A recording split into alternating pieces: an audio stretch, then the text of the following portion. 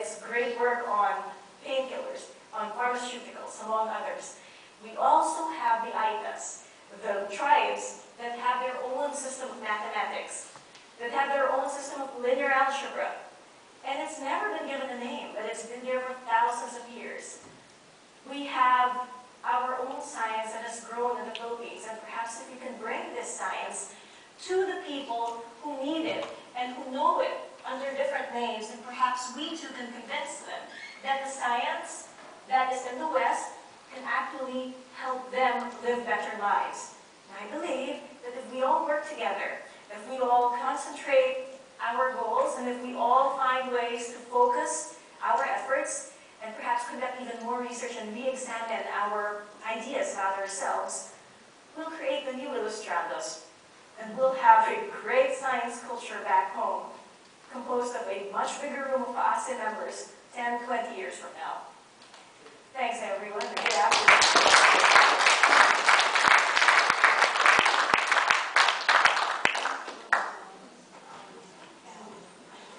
It is such a delight to listen to the young, open the minds of the old.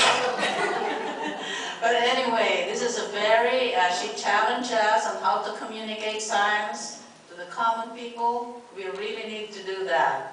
And we're open for questions now. Dr. Mendoza.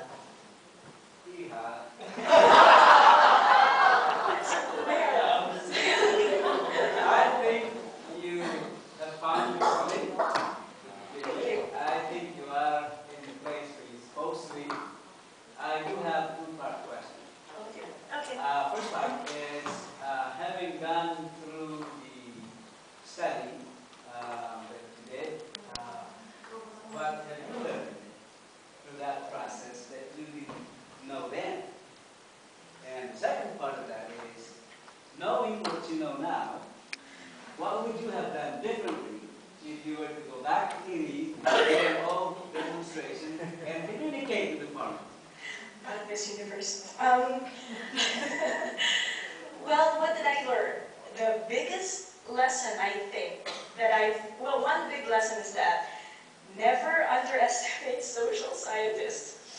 Because I came into the social sciences thinking, oh, this is going to be so easy. All I need to do is talk to people, listen to them, and I'll never do PCR ever again. As I went through the interviews, I kept on wishing, God, I wish I was doing PCR right now. Because it was just so hard. And that brings me to the lesson. One of the bigger lessons I learned is that you can control DNA sequences, you can control DNA polymerase, you can control TAP, you cannot control people. You cannot predict people's behavior, and you can't lump them all into numbers and generalize what they think. Everyone has a story. Having said that, if I were to go back to Erie and talk to the farmers and still risk being shouted at and told to go home, I would probably, instead of going in there with an agenda to teach, I would go there with an agenda to listen and to ask them what they'd like to know, to ask them what they actually need. When I first started communicating, it was all about my story, my textbook. Here's what I learned. All of you have to know this right now because it's exciting, darn it, and you all have to be excited. But not everyone has my background, so I have to listen. So maybe that's going to take years, but it's going to be different. Yes, I have another question to Ina. It impressed me that you talk very well. Thank you. You speak with Toastmasters. You have Toastmasters International. And one of the things that they try to stop is talking people and say, you know, and you never do that. So when did you do that? Did you have the formal Years in a dungeon. I'm just kidding. I don't know. High school, I guess. And I think that's how I finally got into communication, because I was a debater for 2 years in high school. And back home, if you take a mass communications degree, there are thousands of people taking mass communications, and it would be hard to compete in the market. So I thought, yeah, let's take molecular biology. And I love genetics. Punnett squares. Too bad no one ever uses them anymore. So, yeah, and it's a debate. But thank you so much. That means a lot. You know, of course, there's obviously two ways of communicating science. You do it orally, like you're doing now, and you do written communication. And I think, obviously, written communication reaches a wide audience. You know, one of the models that I can see in terms of effective science writing, this is writing, the people who explain science in journals, in like Science, there's a section where they explain the most breakthrough findings in the original article that follows this information. And I know someone personally who has a very good background in biology, but he chose to write for science. Studies last name is the son of classical literature. So, Yeah.